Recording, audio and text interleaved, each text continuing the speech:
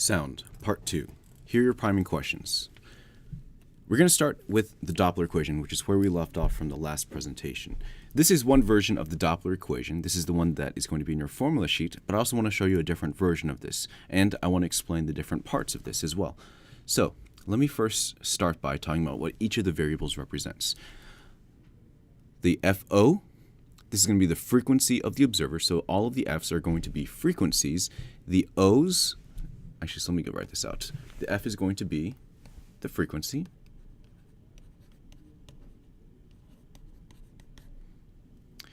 The V's are going to be velocities. The O is going to be the observer. And the S is going to be the source. So, how do we interpret the Doppler equation now? FO, so the frequency of the observer, is going to be equal to the F sub S, the frequency of the source, times, all of this in parentheses, 1 plus or minus V sub O, the velocity of the observer, divided by V, the velocity of sound, divided by 1 minus or plus V sub S, the velocity of the source, divided by V. And this V, remember, is the velocity of sound. And this will be the velocity of sound through the medium. And that's just going to be the plain V. Now, you're probably wondering right now about the plus or minus and minus or plus. And this is about towards or away. And so when we're talking about on top, we're referring to the observer. And so if the observer is moving towards the source, you use the plus on top. If the observer is moving away from the source, you use the minus on top. Now, when we go to the denominator of the larger radical, we have 1 minus or plus Vs over V. And so this is going to be, again, the velocity of the source over the velocity of sound. Now we use the minus or plus now, and again, it is towards or away. So if the source is moving towards the observer, we use the minus. And if the source is moving away from the observer, we use the plus. So that's why it's plus or minus on top and minus or plus on bottom. Anytime either one is going towards, we are going to use the operator that is on the top. Anytime it is away, we use the operator that is on bottom. We'll go through some practice in class as well. So, as an analogy, if you think of an insect or a bug that is floating on the water and gently producing these waves, and if it's stationary, the frequency that both positions A and B will detect are going to be the same as the frequency that is being produced by the bug in the water. Now, if the bug starts moving, in this case moving to the right, what you'll notice is that the frequency at A and B and at the source is different. In fact, if the bug is moving to the right towards position B, you'll notice that the frequency increases and the frequency at A decreases. And these are all different than the source frequency of the bug. Now, this brings us to a few special cases. The first is the barrier wave. And this is when the source is moving at exactly the speed of sound through the medium. And what you'll notice here is at the very front, this is going to be constructive interference because all of these waves are piling on top of each other and adding to each other. And when you're going at the speed of sound through the medium, these waves will keep adding up and adding up. And this is one reason why it was so difficult initially to break through the sound barrier. But once you do, you can hear a sonic boom, and this is what happens if the medium is air. And this is what we call a shock wave. Once you exceed the speed of sound through that medium, and once you do that, the wave that is produced is different, and it is now called a bow wave. And this is if the speed of the object is greater than Mach 1, the speed of sound through air. And these are our Mach numbers, and so these are just multipliers. Mach 1 is the speed of sound through air at whatever temperature you're talking about.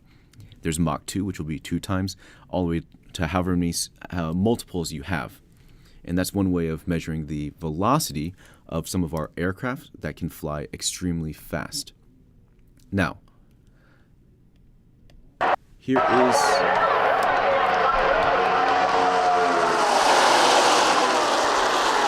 me start this over.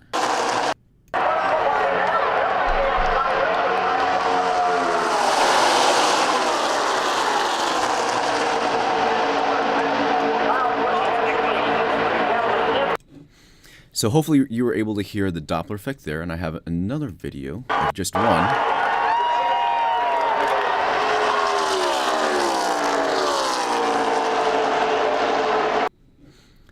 And what you should be able to hear is the Doppler effect. As the cars are coming towards the audience, you should be able to hear the pitch increase.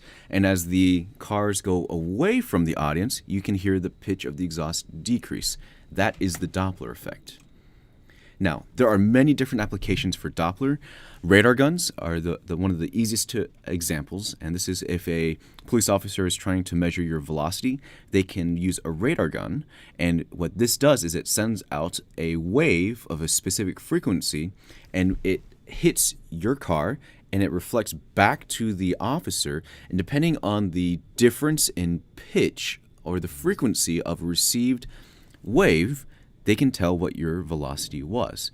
Nowadays, they have also moved to laser guns, but that works on a different principle.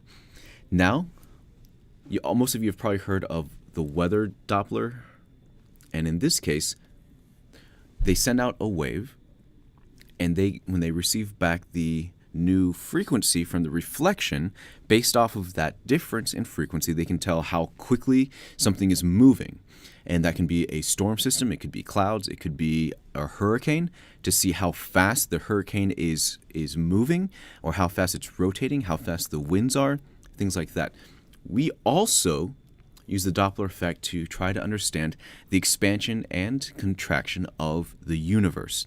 And to be able to do that, we work with light. And so there is a Doppler effect of light even. So anything that has a frequency can experience a Doppler effect. And specifically with light, we have two specific scenarios. We have a blue shift and a red shift. The blue shift, if you think of the Roy G. Biv spectrum, the blue is on the higher frequency side. And so if the color is shifting to the blues, then you know that you are increasing your frequency, and this shows a towards movement. Typically, this is going to be a contraction, so things are moving towards each other. On the other hand, if we have a red shift, that's going to be part of the ROY, the Roy G. Biv, part of that spectrum. This is going to be more towards the red side, meaning the frequency is decreasing, and this shows away movement, which typically represents an expanding part of the universe. Things are moving away from each other. We also use this to figure out the rotation of galaxies. And I think I remember reading a recent article that there was a black hole, I believe, where the edges of the black hole were rotating very close to the speed of light. Part of the way we measure that is through the use of the Doppler effect. Now, sound itself is a mechanical longitudinal wave, and it's as pressure. So this is why it's sometimes called a pressure wave, which means that there are going to be areas of compression, which makes sense. But the new term here is there are also areas of rarefaction. So compression are areas of high pressure, and rarefaction are areas of low pressure. So if you think back to the lab that we did with the slinkies, you should have noticed that when doing the longitudinal wave, there are areas of high compression in the spring, and then there are areas of low compression. This is how you're able to see the longitudinal wave, was these alternating areas of compression and rarefaction, high pressure and low pressure. Now, because sound is a mechanical wave, it requires a medium. No medium, no atoms to vibrate or to create pressure with, therefore no sound. So out in space where there is a pure vacuum, you can't hear anything through the vacuum. The only way to hear something or to hear someone else is through the use of radio waves, which is an electromagnetic wave. Now, the speed of sound in air. This is an equation that you want to be familiar with, and this is what you'll be using for the practice problem that I leave you off on. The speed of sound at 0 degrees Celsius at sea level is going to be 331 meters per second at 0 degrees Celsius. For every additional 1 degree Celsius, you're going to add 0.6 meters per second. So, if we have 20 degrees Celsius for room temperature, which is what we typically use, what is the speed at room temp? For this, we would start with 331 plus 20 times 0.6, and that should give us 343 meters per second. So this is what we typically use for the speed of sound at room temperature. This is the problem that I want you to work on. This goes back to first term, so this is going to be a pretty easy problem. Just find the velocity and figure out the distance. And here are your priming questions again. Please remember to answer these as well.